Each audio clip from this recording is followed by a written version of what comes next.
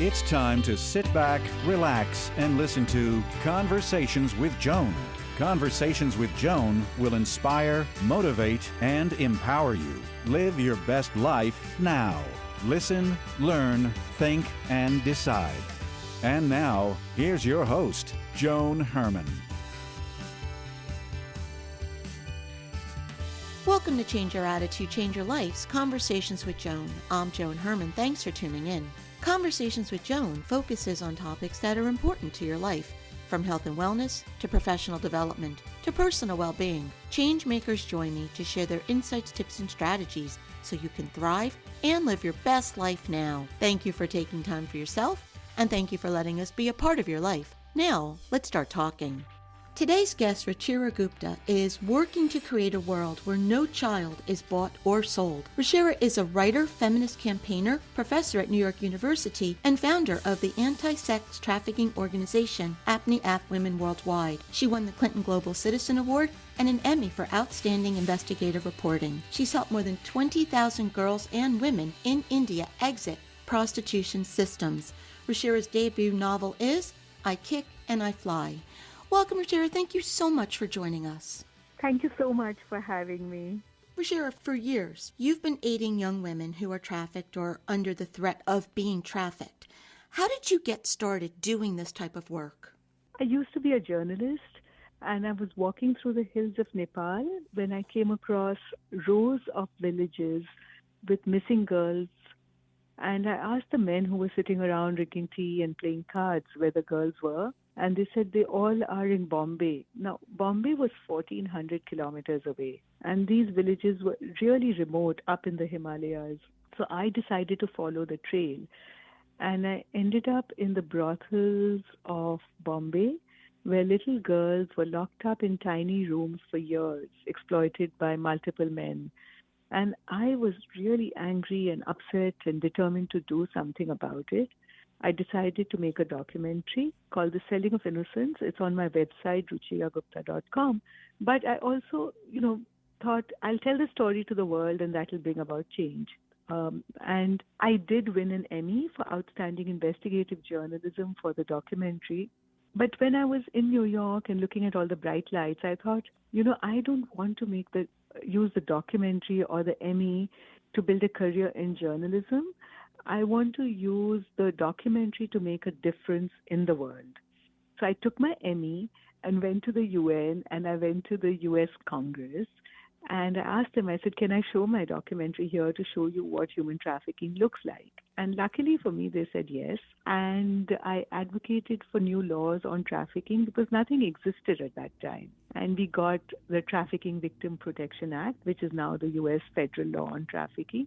And we got the UN protocol to end trafficking in persons, especially women and children, which decriminalized the women and girls who were there because of lack of choices and punished the traffickers. Also, I felt that I needed to go to the women who had told their stories so bravely in my documentary. So I went back to India and started an NGO with them called Apne Aap, which means self-action in Hindi. And the women had just 4 dreams. They said they wanted a job in an office for themselves, but mostly they said they wanted education for their children so they would have a different future from themselves, a room of their own and punishment of the perpetrators. Mm-hmm. So that's what Apne Aap does. That's our business plan. We educate the children of prostituted women, and through education, we make sure they're safe from prostitution, because once they are educated with schools and with college degrees, they can get jobs and they help their mothers get out. And now we have educated thousands of girls. For so many of us, we hear the word human trafficking and we don't really understand what it is and what it entails. So can you describe for our listeners what human trafficking is and what it looks like? Human trafficking is really the sale, purchase, harboring or receipt of a person who is vulnerable, which means they have less choices than we can imagine, almost no choices, through the use of fraud, force, coercion, sometimes even abuse of a position of vulnerability, saying, I won't give you food or I'll beat you up because you're in my house. And it is always for the purpose of exploitation. Mm-hmm. So exploitation can, of course, mean child labor. It can mean sexual exploitation. It can mean the organ trade, child soldiers, bonded labor, domestic servitude. And, so human trafficking is all of this. And it's very different from migration and smuggling, because migration is not for the purpose of exploitation. It can end up as exploitation. Same thing with smuggling. Smuggling is just like some people taking advantage of people who want to cross a country and taking money from them to do it. Mm-hmm. Human trafficking is for the purpose of exploitation. And, funnily enough, it may or may not have movement. So, you could be trafficked on the very bed you're born, which is what I explain in my book, I Kick and I Fly, that, there are rooms in the back of the mud huts, which are used as places of exploitation. And the mud huts are where the kids are living in with their parents. How prevalent is this problem today? United Nations says it's the second largest organized crime in the world. And, the Department for Health and Human Services and Homeland Security in the United States says that more than 25 million people are victims of trafficking right now in our world today, and the majority of them are women and children for sexual exploitation. Inside the U.S., the figures range from 100,000 to 300,000 at any given moment, and most of them are kids, again girls, and that too Black or Native American. What are some of the key indicators that someone may be a victim? Some of the signs to watch out to spot the signs of human trafficking are the child may have no control over their movements. That is, of course, they always have to seek permission to go out. They're inarticulate, they mumble, they may not have documents, they may have bruises and scars on their body, they have flashes of anger, they may be very sexualized beyond their age. Some of them may not be able to express themselves clearly. They're mumbling and fumbling, and they are living in fear.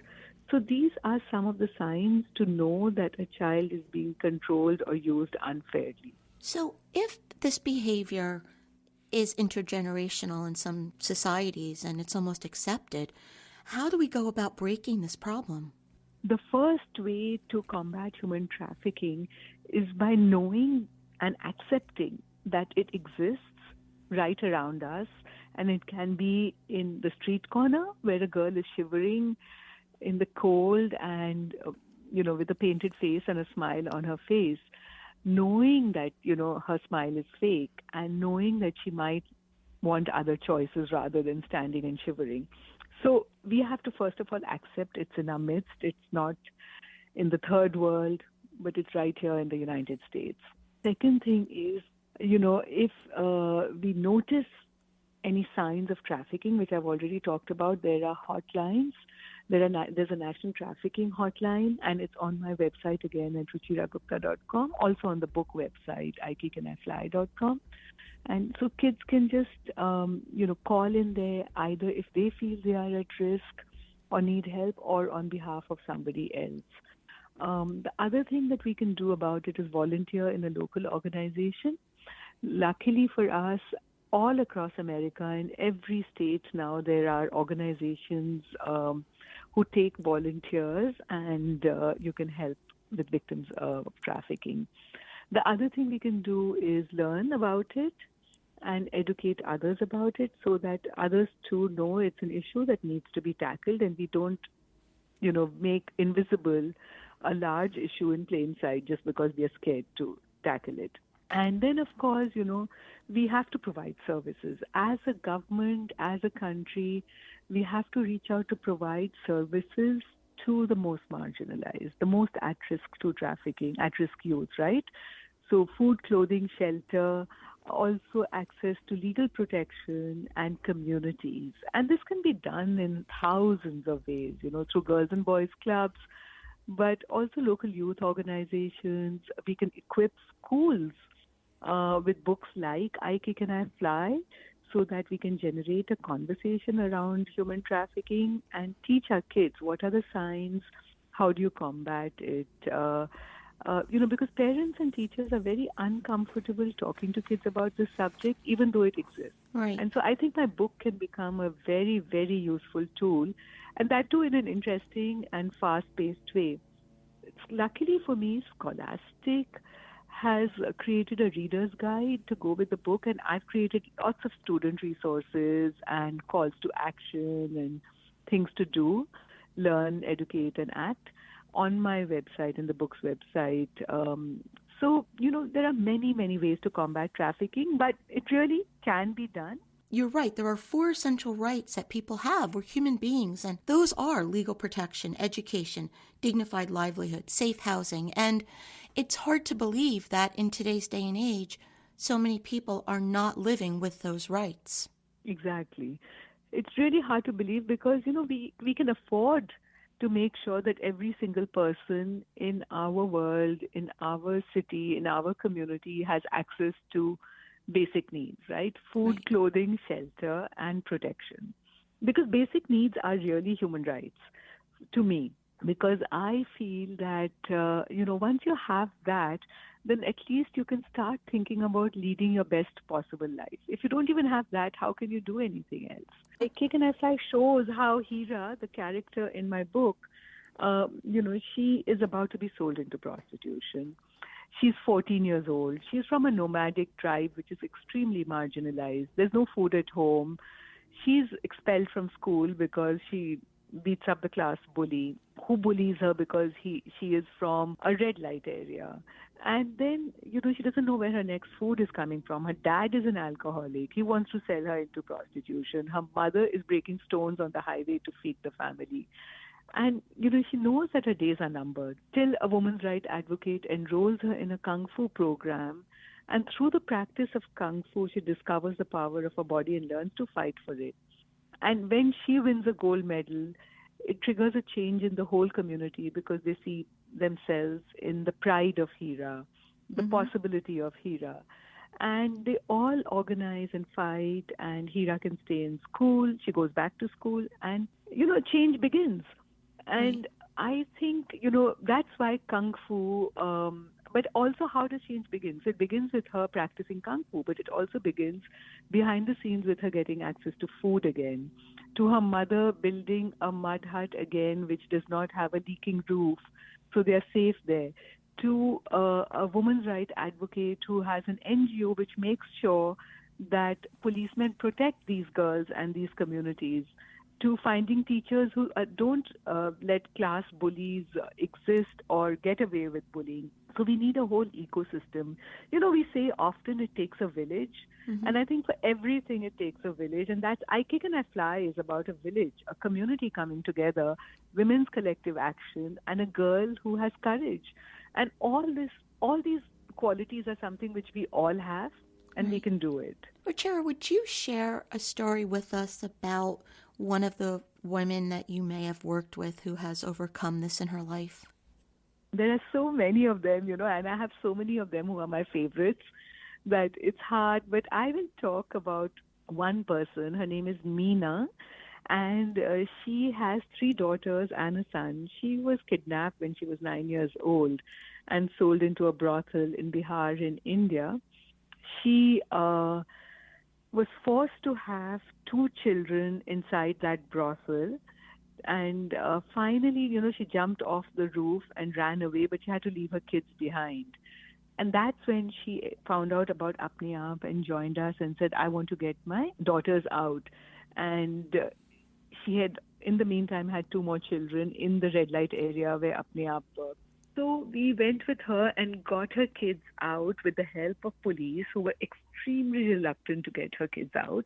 And we enrolled all of them into the Apne Aap Community Center. So the 4 kids and the mother became members of Apne Aap. And we slowly educated the children, got them into our hostel. We made them join karate programs to learn martial arts so they would feel confident and like their bodies again. We got Meena to, become a survivor leader in our community. She would go door to door, asking other women to join, asking them to send their children to school. She was often threatened and told, we'll kill you, you're trying to change the status quo in the community. But she persisted because she had seen what it did for her daughter. And today she is literate, she's educated, she studied in the Apne Aap adult literacy classes. She's a teacher in our community center. Two of her daughters are graduates and have jobs. One is also teaching karate in a local school. She's a karate teacher also. She had won a gold medal, in a long time ago in the Apne Aap school. And her eldest daughter, the one who was born in a brothel, is married also and has a son who is in school. And Meena has moved out of the red light area. We helped her find a plot of land through government entitlements for marginalized communities. And, she has her own house with doors and windows. And, everything is turned around. And the red light area itself, where Meena works, today, when we began working there were 72 brothels, and today there are only 2 brothels. The traffickers are in jail. Meena even testified against the traffickers and put them in jail for life. And again, with the help of Apne Aap's legal team, it was all such a battle and so scary when we were doing it, because that time we didn't know we would succeed. Right. We were just taking on these forces bigger than ourselves with guts. Ruchira, do you see that word is starting to travel to the women that there is hope? Yes, because Meena and, Meera Di is also based on a real person in Apne Aap. But Meena and her daughters are not the only ones, right? So when they began to fight it out and win, then another woman came to me and she said, I want to get my daughter into school. Can you help me? A third woman said, I want to attend the adult literacy class. And she would sneak into the meetings. And then we would organize the women in circles and they would share their stories with each other. And they would say, oh, my story is just like hers. And suddenly, there was a bonding. And then, one thing led to another. And today, the main 2 trafficking overlords who I describe in I Kick and I Fly, Ravi Lala and Gainul, both their houses are abandoned. And it's the women who are taking over the mud huts and turning them into real homes. Yeah. Really happened, So I just think that a community can come together and one person's courage can make everyone courageous. What can our listeners do to help? First of all the listeners, I want you to go out and buy I Kick and I Fly. Read it and then share it with a young person you know, so that they can also enjoy the book, turn the pages fast, and then find inspiration, hope, courage in it. Because it's a book based on hope. It's a girl who triumphs over adversity. And I want to get this book into as many young hands as possible. That is why I wrote it. Because I'm trying to pass on the baton of my activism to the next generation. Right. In our lifetime, we can create a world in which no child is bought or sold. And then if kids want to join the movement and want to do even more, they can go to my website, ruchiragupta.com. I have a call to action. I have resources to learn, educate, share. And I also...